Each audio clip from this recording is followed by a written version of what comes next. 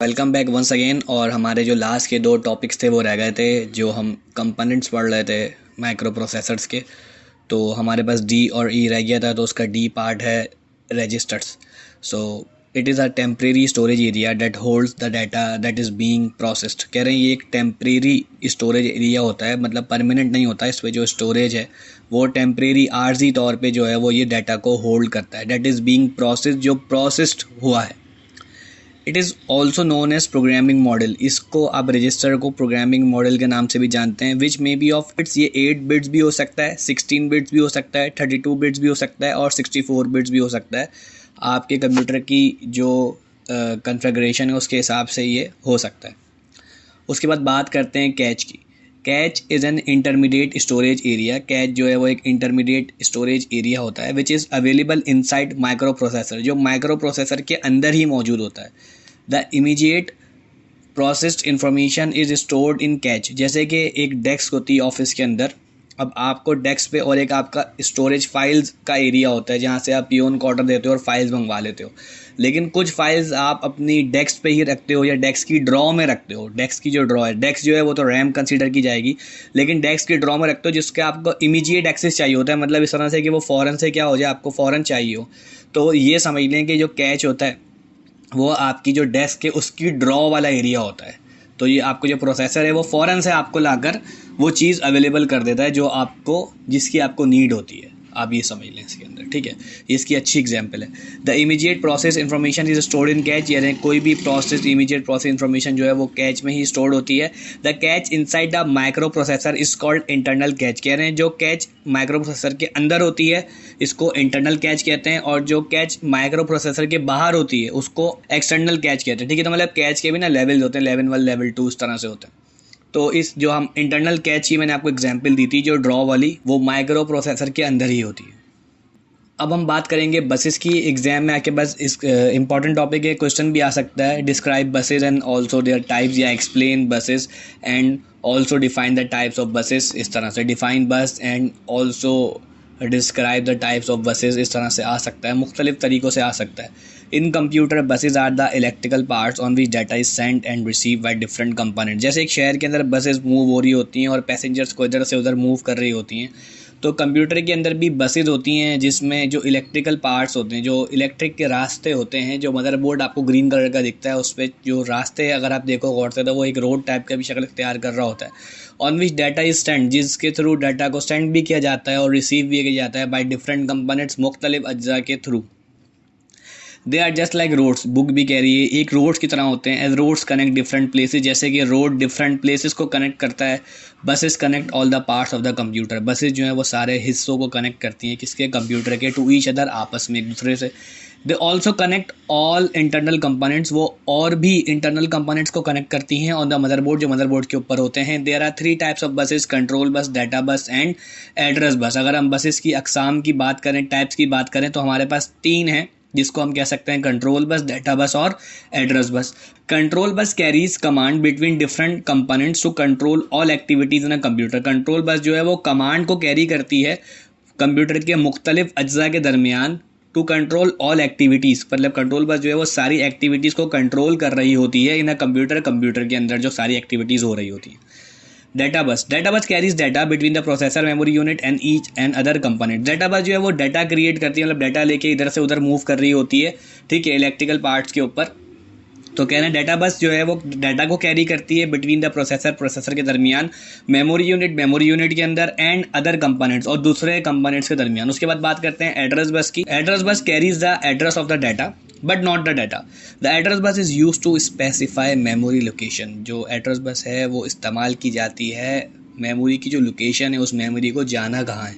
जैसे हम डेस्कटॉप से डी ड्राइव में कोई चीज़ को कॉपी पेस्ट करते हैं, या लोकल डिस्क डी से हम डेस्कटॉप के ऊपर जो है वो पेस्टिंग कर रहे होते हैं, या डाउनलोड्स का हमारे पास ऑप्शन होता है, वहाँ से उठा के हम डेस्कटॉप पे लेकर आ रहे होते हैं फ़ाइल को। तो जो एड्रेस बस है वो बताती है बस को, डाटा बस को, कि भाई आपने इस वाली लोकेशन पे आके रुकना है या इस वाली लोकेशन पे आपने आना है।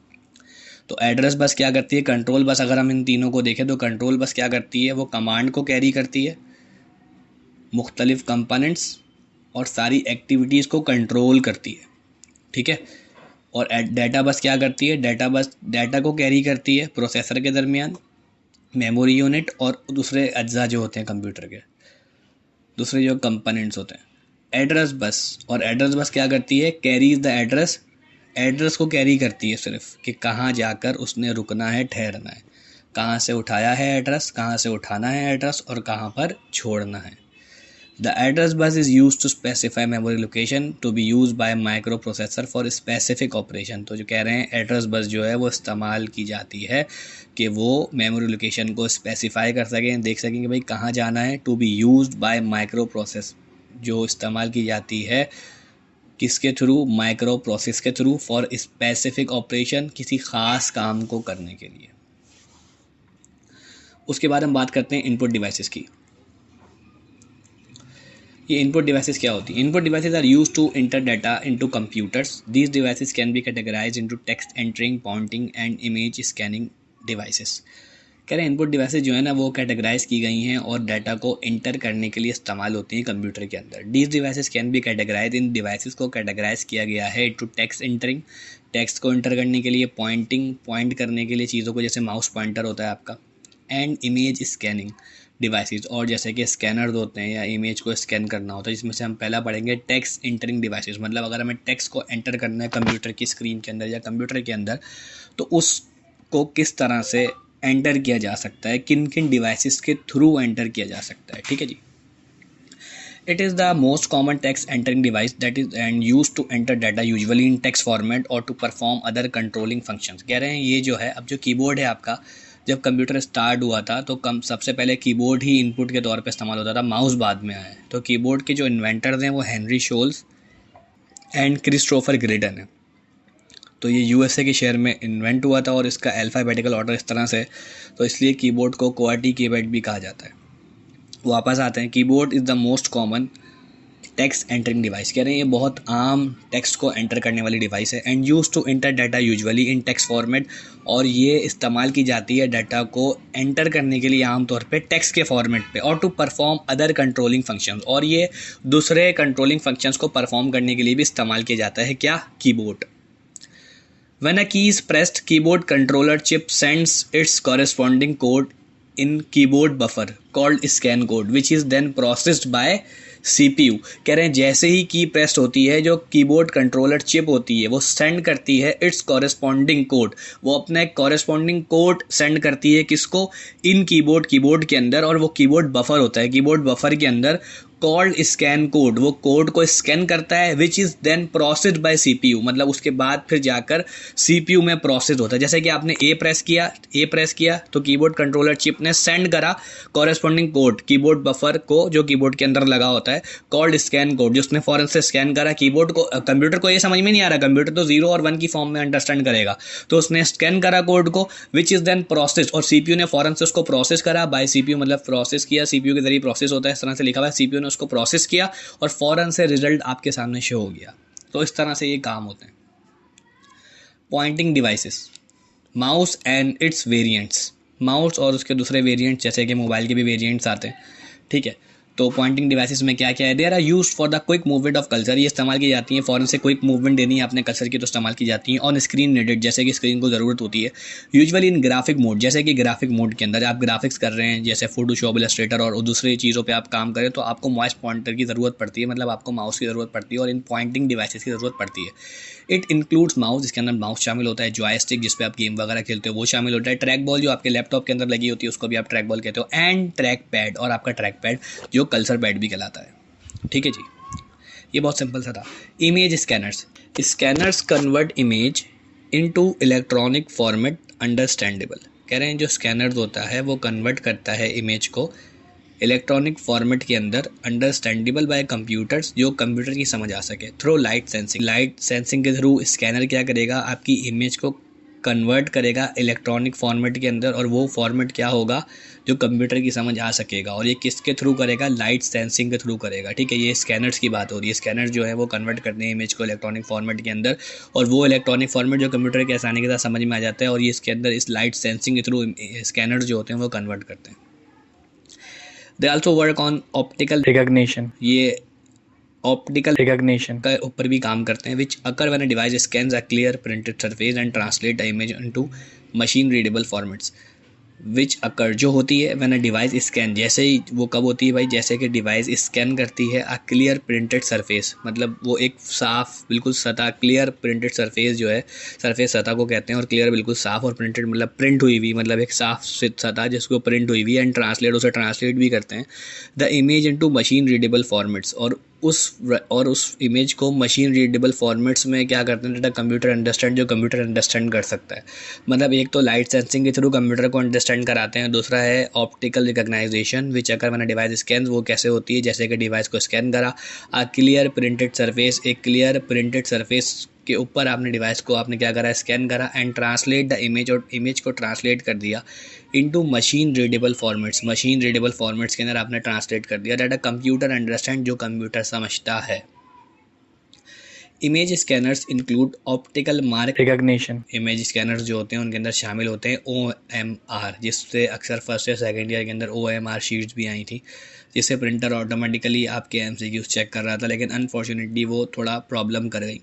तो image scanners include optical mark recognition, OMR, image scanners के अंदर शामिल होती हैं ऑप्टिकल मार्क रिकग्नाइजेशन, जिसे आप OMR भी कहते हैं, ऑप्टिकल बारकोड रीडर, जिसे आप OBR कहते हो, एंड ऑप्टिकल कैरेक्टर recognition, जिसे आप OCR कहते हो। ये सारी चीज़ें किस में शामिल होती हैं, इमेज स्कैनर्स के अंदर। आप याद रखिएगा, OMR तभी MCQs में आ सकता है, optical mark recognition, OBR, optical barcode reader OCR, optical character, recognition, other types of input devices, दूसरी तरह की टाइप्स इनपुट डिवाइसेस की।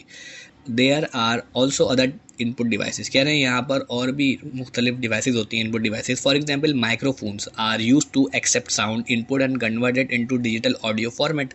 जैसे कि माइक्रोफोन होता है आपका, भी मैं वीडियो रिकॉर्ड कर रहा हूँ, उसको भी माइक्रोफोन के थ्रू या हम फ़ोन पे बात करते हैं, तो वो क्या करता है, मिसाल के तौर पे microphones are use to accept, वो एक्सेप्ट करता है साउंड को, ठीक है, इनपुट के तौर पे, and convert it in digital audio format, और उसे कन्वर्ट कर देता है एक डिजिटल ऑडियो फॉर्मेट के अंदर। जाहिर सी बात है, जो हम कंप्यूटर के थ्रू कोई भी चीज़ कर रहे हैं वो डिजिटल हो जाती है, तो डिजिटल ऑडियो फॉर्मेट में उसे कन्वर्ट कर देता है।